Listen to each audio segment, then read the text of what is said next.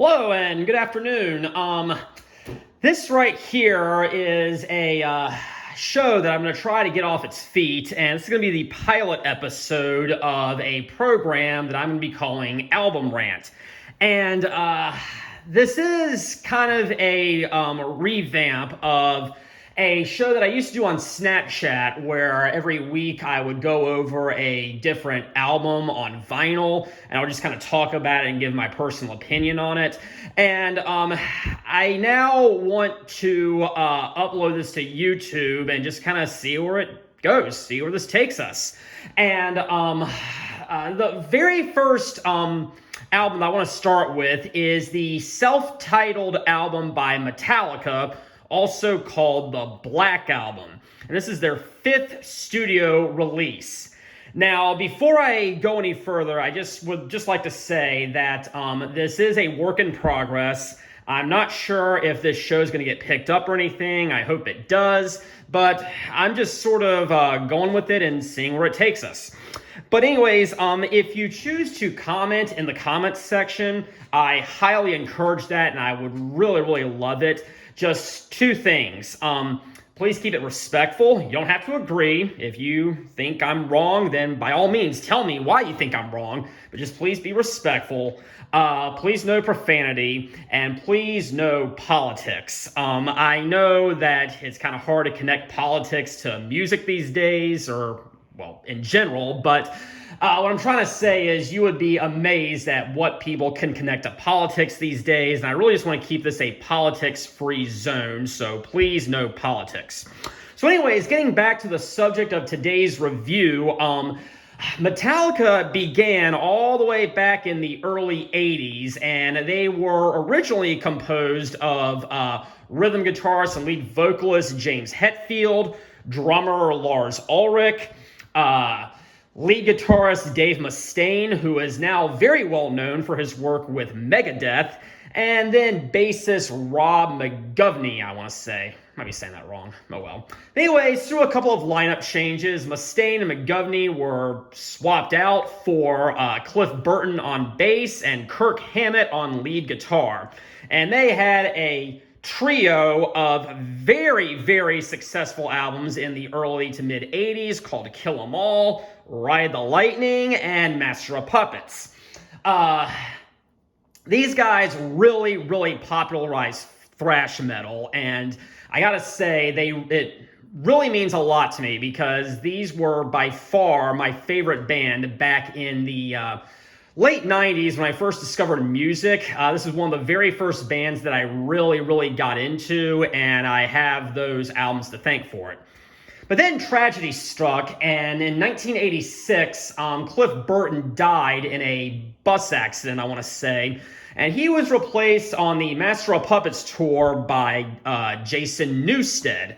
And the guy was a great bass player, but for some reason, the other guys in the band never really gave him a chance to show his full potential, and it's really kind of tragic. But they released their 4th studio album in 1988 called And Justice for All, which should have been amazing. But instead, it was just okay. A lot had to do with the sound. You could not hear the bass. The drums sounded like crap. I mean, it sounded like someone banging on a trash can or drumming on a street light. And great album, just ruined by terrible production. But anyways, after that, they decided to kind of revamp their sound. They took more of a mainstream approach.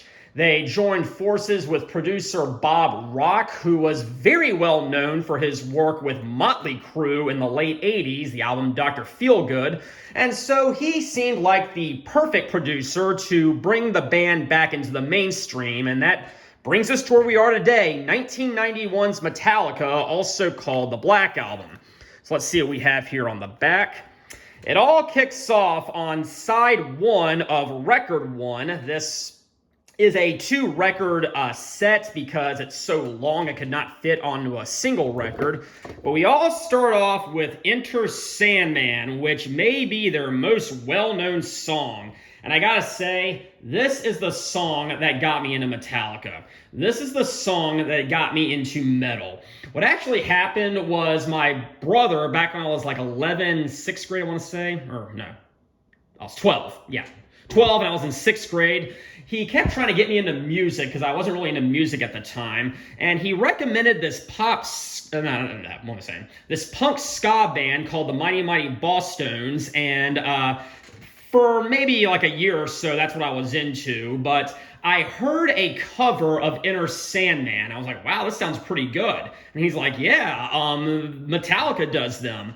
And I'm like, okay, well, pick up that Metallica album. So I picked up the Black Album, and boy, did I love it. And this was the start of my passion for heavy metal. And so I really have the Mighty Mighty Bosstones to thank for that. But then we come to Sad But True, which is absolutely amazing. I love this song. I've seen the band twice in concert, and they played Sad But True every single time. And yeah, it's kind of a little bit slower, it's kind of dark, but the lyrics are amazing, and it's probably my favorite one from side one. Then we get to Holier Than Thou. Not my favorite, but it's pretty good. Very fast. Different than the first two. So now we come to side 2 of record number 1, and it starts with The Unforgiven, a much slower song, and I wouldn't really call it a ballad, but Metallica has this thing where the fourth song on most of their albums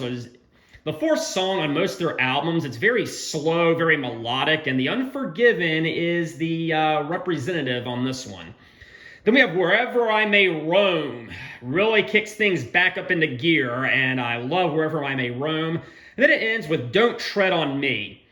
Not my favorite, but I do enjoy it still. But out of the first record, my favorite is definitely Sad But True. So now we come over here to side 3, or side 1 of record 2, as I should say, and we have Through the Never. And that wasn't always one of my favorites growing up, but in my later years I rediscovered it and I realized it was a great song, very fast, great rhythm, and boy, I love it. Then we have Nothing Else Matters, which is the ballad from this album, and it's very mainstream. It's probably one of the more well-known songs. It's a little too slow for my taste, but still like it. And then we kick back into gear with a Wolf and Man. And yeah, just like Through the Never, not one of their more popular ones, but definitely a guilty pleasure. And then side 4 is probably the weakest side from this entire thing, but it's still really good. We have The God That Failed, very heavily driven by the bass. And definitely like that one. My Friend of Misery is Jason Newsted's one songwriting contribution on this one, and it is probably the best one from the second side of record number 2, or side 4, as I should say. And apparently that was originally supposed to be an instrumental, but Hetfield and Ulrich decided to add some lyrics to it, so, it's good. Then we have The Struggle Within, and it's a great album closer. It starts off with Lars Ulrich. It sounds like marching band drumming, if that makes sense or anything, but still, it kicks up into gear about 30 seconds in or so, and it finishes the album in very strongly. So that is my analysis of the 12 songs from this album. But if I had to pick a favorite from the first record, it would definitely be Sad But True. If I had to pick a favorite from the second record, it is going to be Through the Never. But I absolutely do recommend this album, which is called Metallica. It was released in 1991, but it's better well known as the Black Album. And so looking back here on the cover, that is what we have. And like I said, this is a very special album to me because, like I said, this is the band that got me into heavy metal, and it really shaped my life for the positive. And I've seen these guys twice. They put on a great show. If you're able to see them, I highly recommend it. So anyways, that concludes the pilot episode of Album Rant. And I don't know where we're going to go from here. Hopefully the show gets picked up. And if we do, then next time I want to talk about one of my favorite British rock groups. But until then, it's been a pleasure. Take care and have a very pleasant evening.